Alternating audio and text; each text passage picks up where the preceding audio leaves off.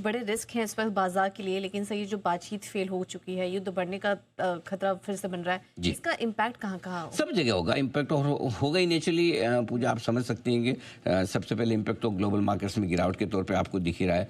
सारे बाजार कमज़ोर होते दिख रहे हैं, स्पेशली आज एशियाई बाजारों में आप देखिए कमज़ोरी का माहौल है। ये निक्के करीबन करीब 1% नीचे है, हांगकॉन्ग 1.5% नीचे है, कोरिया आपका 1.5% 1% नीचे है, तो 1.25% नीचे है। लेकिन है गिरावट, लेकिन एक इसको कह सकते हैं कमज़ोरी है, पैनिक नहीं।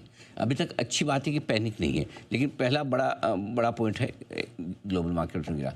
दूसरा, कच्चा तेल अभी 102 के आसपास है। अगर बात बिगड़ जाए तो क्या 110 की तरफ बढ़ने का डर है? डर से तो मना नहीं कर सकते, होने में हो सकता है। तीसरा, क्या एक दिन की खरीदारी तो हो गई, एफआईज भी आकर टॉप बनाते हैं लेने में बेचने में बॉटम बनाते हैं, लेने में टॉप बनाते हैं। 22,182 पे भर भर के बेच रहे थे और 24,050 पे आके इनको लेने की सूझी। कभी कभी तो मेरे को लगता है ये ना ही ले, बेचते रहे तो ठीक है, कम से कम मतलब जहाँ आके खरीदना शुरू करते वहीं टॉप बन जाता। एक दिन खरीदा, वापस से बेचना शुरू करके रुपया हल्का हल्का कमज़ोर हुआ पिछले 2 दिनों में, 5-7 पैसे। आज फिर से कमज़ोरी होनी तय है। रेट सेंसिटिव शेयरों में बिकवाली का डर ज़्यादा है, इन्फ्लेशन बढ़ने का खतरा, करंट अकाउंट डेफिसिट बढ़ने का खतरा, डॉलर ज़्यादा लगेंगे, अब और सप्लाई चेन डिस्टर्ब होने का खतरा जो है वो रेट सेंसिटिव शेयर से मतलब क्या हुआ? Bank, auto, real estate, NBFC जो बढ़े हैं वही घटेंगे, वैसा वाला मामला। तो ये 4-5 चीज़ें हैं, बातचीत फेल होने का यहाँ सबसे ज़्यादा असर आपको दिखेगा। बिल्कुल, तो नेगेटिव क्यूज तो हैं आज के लिए, लेकिन सर फिर जो आज टूटा अगर बाजार, तो वो कितना नीचे आ सकता है? बहुत बड़े सवाल है, कहाँ तक नीचे आ सकता है? देखिए, वैसे 300-350 पॉइंट नीचे दिख रहा है, यानी कि आप 23,700 के आसपास, 23,680, 23,700 के आसपास शुरुआत करेंगे। देखो, जो सबसे इम्पोर्टेंट लेवल है पूजा सपोर्ट के लिहाज से, वो है 23,465 का। वहाँ पर हम एक गैप छोड़ कर आए थे।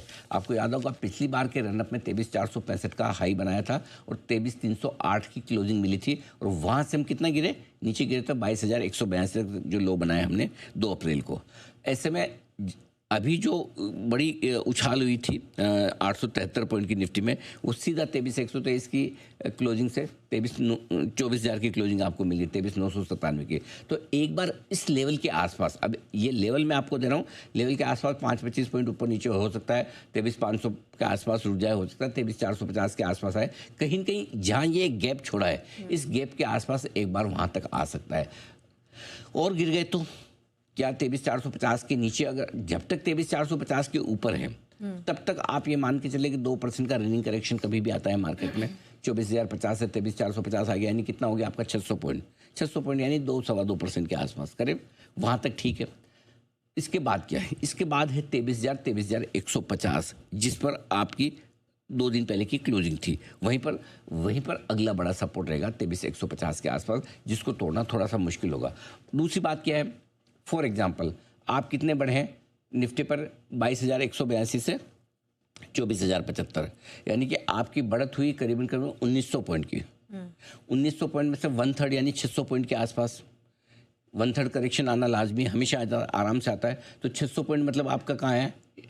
24,050 से 600 पॉइंट निकालो, यही 23,450। तो मेरा ये मानना है सबसे important level to look after is 23,450, 23,500 के आसपास। वहाँ 1/3 करेक्शन भी आप पूरा कर लेंगे, और यही चीज़ बैंक निफ्टी में भी होने वाली है। आप 49,954 का लो बनाया, यानी 50,000 मान लो राउंड फिगर में।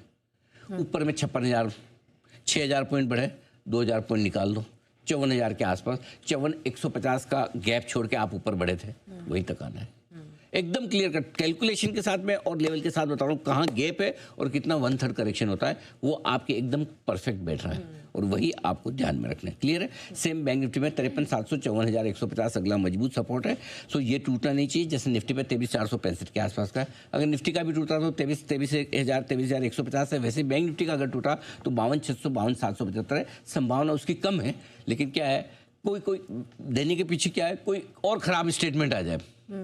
या अब देखिए, एक चीज़ और समझिए, अब अगर कोई भी वापस से मारामारी शुरू होती है, ठीक है, कि इजराइल अमेरिका वापस है, अभी देखो बातचीत फेल हुई है, ठीक है, फिर भी 2 हफ्तों का सीज फायर चल रहा है, बराबर है? 2 हफ्तों का सीज फायर तो खत्म नहीं हुआ, करेक्ट? अब 2 हफ्तों के सीज फायर में फिर से बातचीत कर सकते नहीं कर सकते? ईरान के स्टेटमेंट देखें तो वो खुले हैं, कर सकते हैं। अमेरिका के हिसाब से है कि बातचीत कुछ नहीं, यही मानना पड़ेगा। सो अगर सीज फायर खत्म करेगा तो देखिए एक बात पक्की, ईरान नहीं करेगा।